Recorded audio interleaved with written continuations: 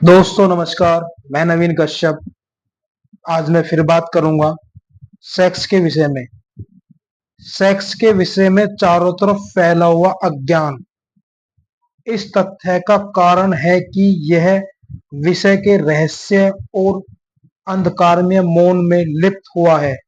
रहस्य और में एक षड्यंत्र का दावा लोगों पर भी प्रभाव डालता है, जितना कि निषेध के मनोविज्ञान का। इसका परिणाम यह होता है कि लोगों की जिज्ञासा बढ़ जाती है कि वह इस विषय के बारे में अधिक ज्ञान हासिल करें।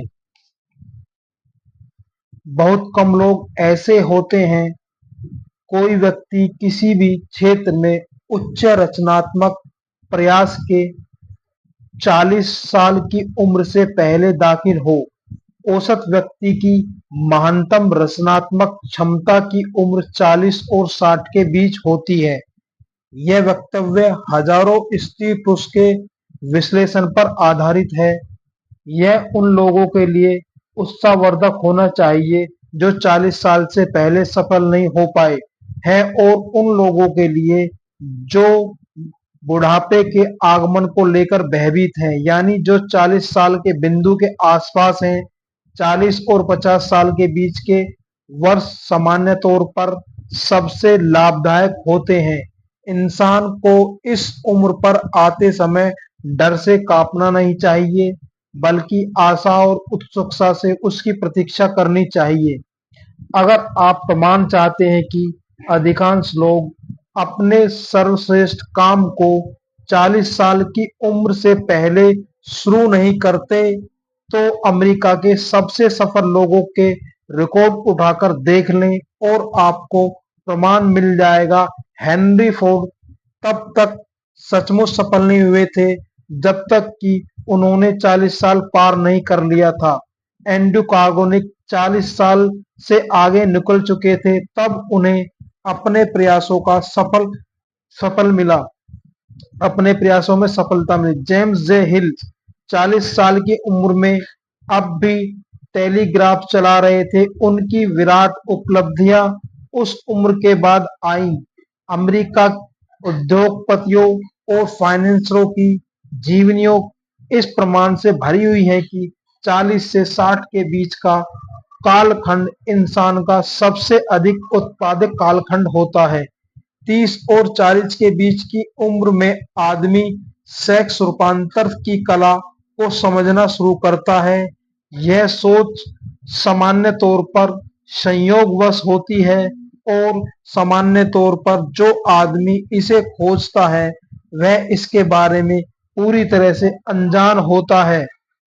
उसे दिख सकता है कि उसकी उपलब्धि की शक्तियां 35 से 40 साल के आसपास बढ़ती हैं, परंतु 30 और 40 के बीच की उम्र में व्यक्ति में प्रेम और सेक्स के भाव में संयोजन रूप कर देती है, ताकि वह इन महान शक्तियों से मदद हासिल कर सके तथा उन्हें इकट्ठे कर्म के लिए प्रेरणा के रूप में उपयोग में ला सके।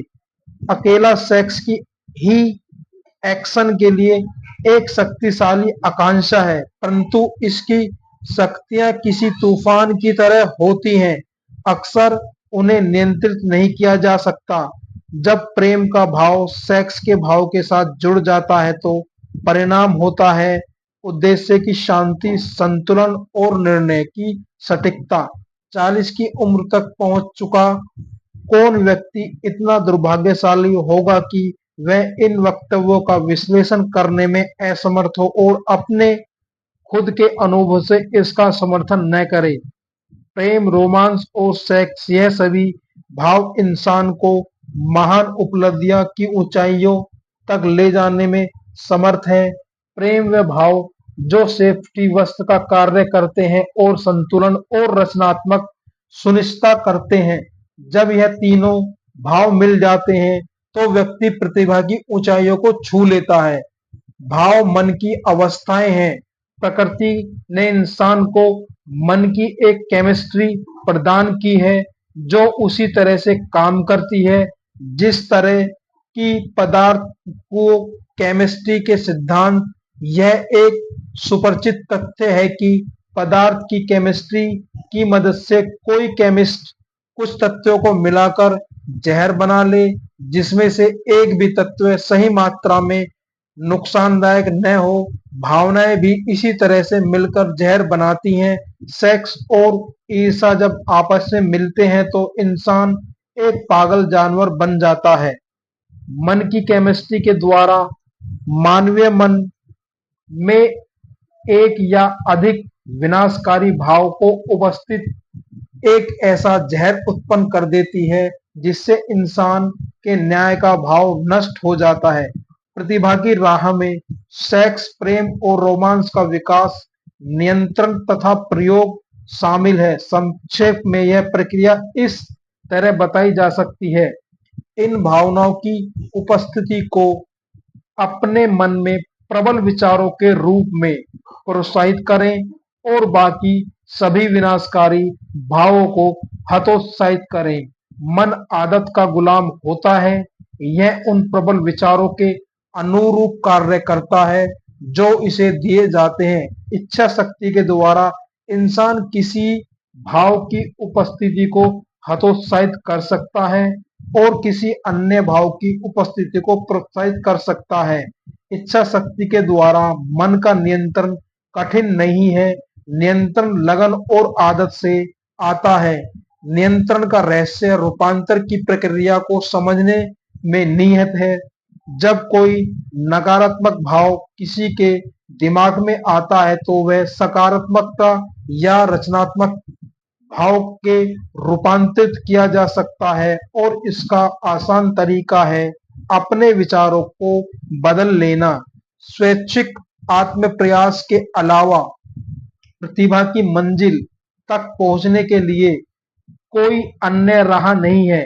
कोई इंसान केवल सेक्स ऊर्जा के प्रेरक शक्ति के द्वारा आर्थिक या व्यावसायिक उपलब्धि की महान ऊंचाइयों को हासिल कर सकता है, परंतु इतिहास ऐसे प्रमाणों से भरा पड़ा है कि वह अपने साथ चरित्र के ऐसे गुण भी रखता है जिससे या तो वह अपनी दौलत को बनाए नहीं रख पाता या फिर उसका उपयोग नहीं कर पाता। इस बात का विश्लेषण किया जाना चाहिए कि इस पर चिंतन मन किया जाना चाहिए, क्योंकि यह एक ऐसी सच्चाई है जिसका ज्ञान आदमियों और औरतों के लिए सहायक हो सकता है। इसका अज्ञान हजारों लोगों को दुखी बना देता है, चाहे वे अमीर हो।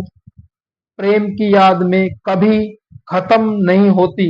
प्रेम की यादें कभी खत्म नहीं होती। प्रेरणा से के स्रोत के चले जाने से काफी समय बाद भी वे बनी रहती हैं, प्रभावित करती हैं और राह दिखाती हैं। इसमें कुछ भी नया नहीं है।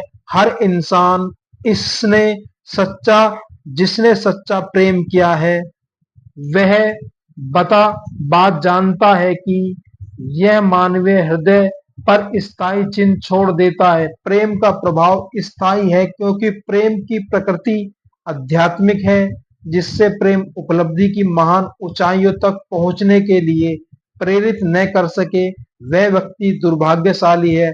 हालांकि वह जीवित प्रतीत होता है, परंतु सच तो यह है कि वह मुर्दा है। अपने कल को याद कीजिए और अपने मन को बीते हुए प्रेम की सुंदर स्मृतियों के से नहलाइए। यह वर्तमान चिंताओं के तनाव के प्रभाव को मंद कर देगा। यह आपको जीवन के अप्रिय वास्तविकताओं से मुक्ति का स्रोत प्रदान करेगा और हो सकता है कौन जाने फांसी के संसार में इस अस्थायी विचरण के दौरान आपका मन आपको ऐसे विचार या योजनाएं प्रदान कर दे जो आपके जीवन को और आर्थिक या आध्यात्मिक स्टेटस बदल दे। अगर आपको विश्वास है कि आप दुर्भाग्यशाली हैं क्योंकि आपने प्रेम किया है और आपका प्रेम खो गया है, तो इस विचार को दूर भगाएं। जिसने सच्चा प्रेम किया हो वह कभी पूरी तरह से उसे नहीं गवा सकता। प्रेम थोड़ा सनकी और तुनक मिजाज का होता है। वह अपनी इच्छा से आता है और बिना चेतावनी दिए चला जाता है। जब तक यह मौजूद है तब तक इसका इसे स्वीकार करें और इसका आनंद लें, परंतु इसके जाने के बाद इसके बारे में चिंता करके समय बर्बाद न करें। आपकी चिंता करने से यह वापस नहीं आ जाएगा। इस विचार को भी दिल से निकाल दें कि प्रेम सिर्फ एक ही बार आता है। प्रेम अनंत बार आ सकता है और जा सकता है, परंतु कोई भी दो प्रेम अनुभव एक से नहीं होते। वे एक जैसे तरीके से आपको प्रभावित नहीं कर सकते। ऐसा हो सकता है और ऐसा होता भी है कि एक प्रेम अनुभव दिल पर बाकी से अधिक गहरे निशान छोड़ जाए। हालांकि सभी प्रेम अनुभव लाभदायक हैं, परंतु उस व्यक्ति के लिए नहीं जो प्रेम के जाने के बाद नफरत या बिछोह की आग में जलने लगे। प्रेम के मामले में निराशा नहीं होनी चाहिए और होगी भी नहीं। अगर लोग प्रेम और सेक्स की भावनाओं के बीच के अंतर को समझ ले। महत्वपूर्ण अंतर यह होता है कि प्रेम आध्यात्मिक है जबकि सेक्स जैविक वैज्ञानिक है। कोई भी अनुभव जो मानवीय हृदय को आध्यात्मिक शक्ति से स्पर्श करता है नुकसानदायक नहीं हो सकता, सिवाय इसके कि वह अज्ञान या ईर्ष्या से ग्रस्त हो। इसमें कोई संदेह नहीं है कि प्रेम जीवन का महानतम अनुभव है। यह व्यक्ति को असीम शक्ति के संपर्क में लाता है। जब वह रोमांस और सेक्स के भाव में से मिश्रित हो जाता है तो यह व्यक्ति की रचनात्मक प्रयास की सीढ़ी पर बहुत ऊपर ले जाता है।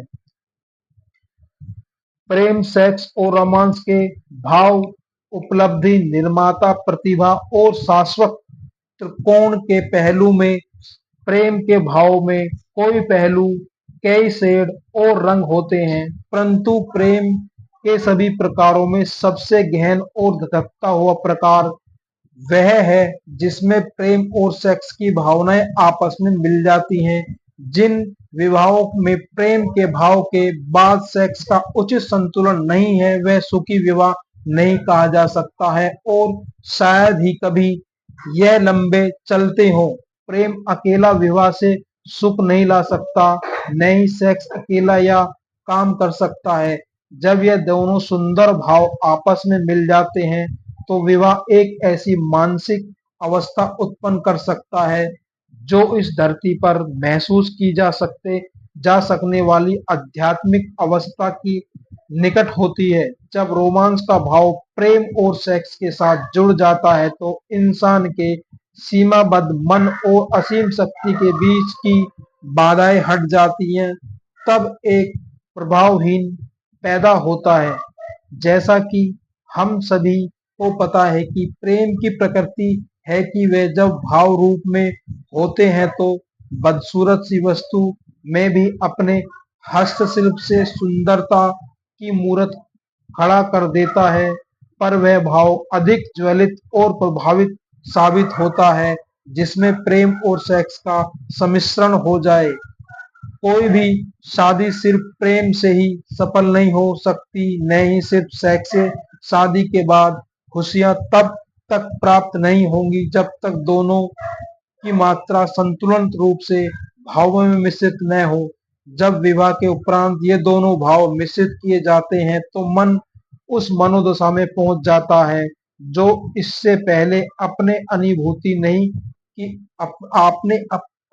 नहीं की होगी। तो दोस्तों, मैं आज अपने विचारों को विराम देते हुए आपसे फिर एक बार यही कहना चाहूंगा। आज मेरे विचारों की यात्रा फिर सेक्स और रोमांस के ऊपर थी। जिस प्रकार हम सेक्स और रोमांस एक साथ लेकर चलें, अपने वैवाहिक जीवन में चलें तो वैवाहिक जीवन सफल होगा, वैवाहिक जीवन अच्छा चलेगा और हम एक साथ आगे बढ़ते रहेंगे और अपनी दिशा और दशा को बदलते रहेंगे। तो दोस्तों, जीवन में जितनी सफलता जरूरी है, जितना प्रेम जरूरी है उतना ही जीवन में सेक्स जरूरी है। तो दोस्तों, सेक्स की मात्रा को समझे, सेक्स के प्रभाव को समझे, उसे गलत रास्ते पे ना ले जाके उसे सही दिशा में, सही रास्ते पर ले जाकर अपने जीवन को सफल बनाए, कामयाब बनाए, सफलता प्राप्त करें। और फिर मैं आपका एक बार धन्यवाद देना चाहूंगा। आप स्त्री हैं, पुरुष हैं, महिला हैं, छोटे हैं, बड़े हैं, मेरे इन विचारों को सुनने के लिए, समय निकालने के लिए आपका बहुत बहुत धन्यवाद। आपका बहुत बहुत शुक्रिया। मैं आपसे विदा लेता हूँ, आपसे नमस्कार करता हूँ। आप खुश रहें, स्वस्थ रहें, तंदुरुस्त रहें और अपने वैवाहिक जीवन में सेक्स और विवाहित एक साथ बढ़ते रहें, पढ़ते रहें, चलते रहें और कामयाब होते रहें और अपने प्रेम के साथ, अपने परिवार के साथ इस जीवन में साथ रहें, सदा खुश रहें और बढ़ते चलते चले जाएं। अपने परिवार को, अपने वैवाहिक जीवन को अच्छा लें, अच्छा बनाएं ताकि आप सफल हों और अपने जीवन को बढ़ते चलते चले जाएं, कामयाब होते चले जाएं। धन्यवाद दोस्तों।